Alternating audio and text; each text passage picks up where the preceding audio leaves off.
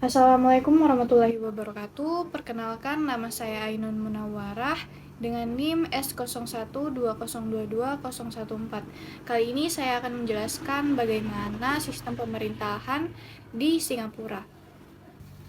Topik yang akan saya bahas yaitu pertama, latar belakang Singapura, dua, konstitusi di Singapura, tiga, lembaga-lembaga di Singapura, empat, pengadilan di Singapura, dan yang terakhir, sistem ekonomi di Singapura. Saya akan menjelaskan latar belakang negara Singapura. Menurut sejarah Melayu, nama Singapura diberikan oleh Sang Nila Utama, Pangeran Melayu dari Palembang pada awal ke-14. Ketika Sang Nila Utama berlayar di laut, terjadi badai dan angin kencang yang mengakibatkan perahunya terdampar di sebuah pulau. Saat di pulau, Sang Nila Utama melihat seekor binatang yang menyerupai singa. Oleh karena itu, pulau tersebut dinamakan Singapura atau berarti kota singa. Singapura berada di persimpangan jalur perdagangan penting yang menghubungkan Tiongkok, India, dan Asia Tenggara.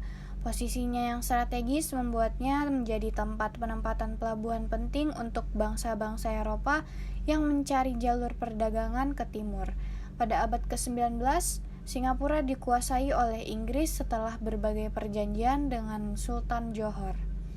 Pada tahun 1959, Singapura memperoleh status pemerintahan sendiri dalam Kesatuan Malaya. Namun, pada tahun 1963, Singapura bergabung dengan Malaysia. Perselisihan politik dan perbedaan pandangan menyebabkan Singapura memutuskan untuk memisahkan diri dari Malaysia pada 9 Agustus 1965. Selanjutnya saya akan menjelaskan konstitusi di Singapura.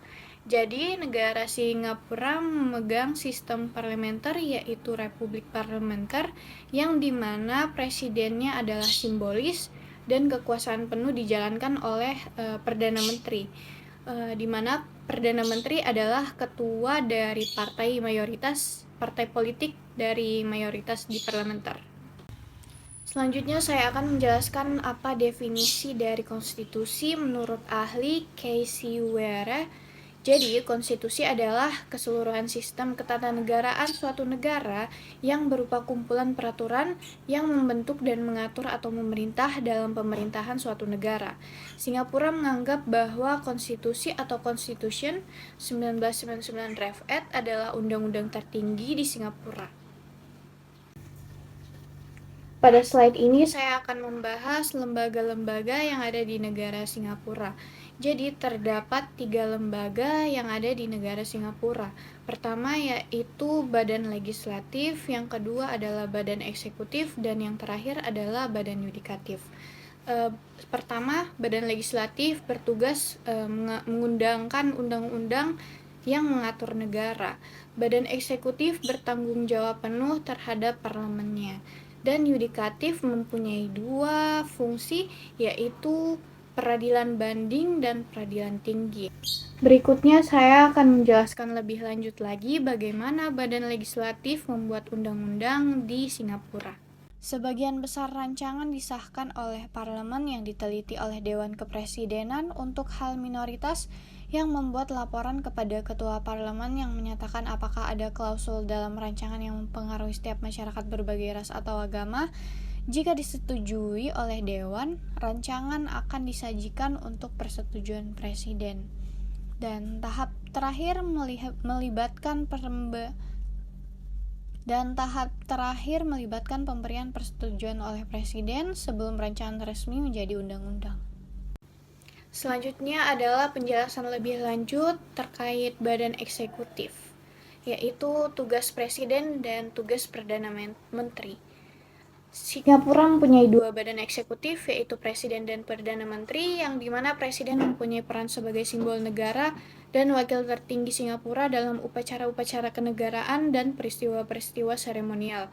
Dia mewakili negara dalam kunjungan kenegaraan, perayaan nasional, dan acara-acara lainnya. Dan Perdana Menteri yang mempunyai kewenangan eksekutif yang signifikan dalam pemerintahan sehari-hari. Pada slide ini saya akan menjelaskan lebih lanjut mengenai Badan Yudikatif di negara Singapura. Jadi, sistem yudikatif Singapura itu independen dan terdiri dari beberapa tingkat pengadilan. Mahkamah Agung adalah pengadilan tertinggi di negara ini dan memiliki yurisdiksi untuk mengadili kasus-kasus yang paling penting. Slide ini melanjutkan pembahasan tadi, yaitu peran-peran Mahkamah Agung. 1. Mengadili kasus-kasus tingkat tinggi. Mereka mengadili kasus-kasus yang melibatkan masalah hukum yang kompleks dan penting, seperti sengketa bisnis, kasus pidana serius, kasus konstitusional, dan lainnya. 2. Mengatur dan menegakkan hukum. Pengadilan Agung memiliki wewenang untuk menafsirkan dan menerapkan hukum, termasuk konstitusi Singapura.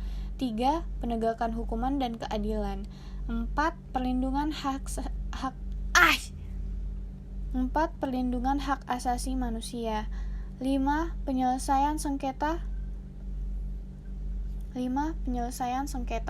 Baiklah, itulah tadi pembahasan sedikit mengenai sistem pemerintahan di negara Singapura. Wassalamualaikum warahmatullahi wabarakatuh.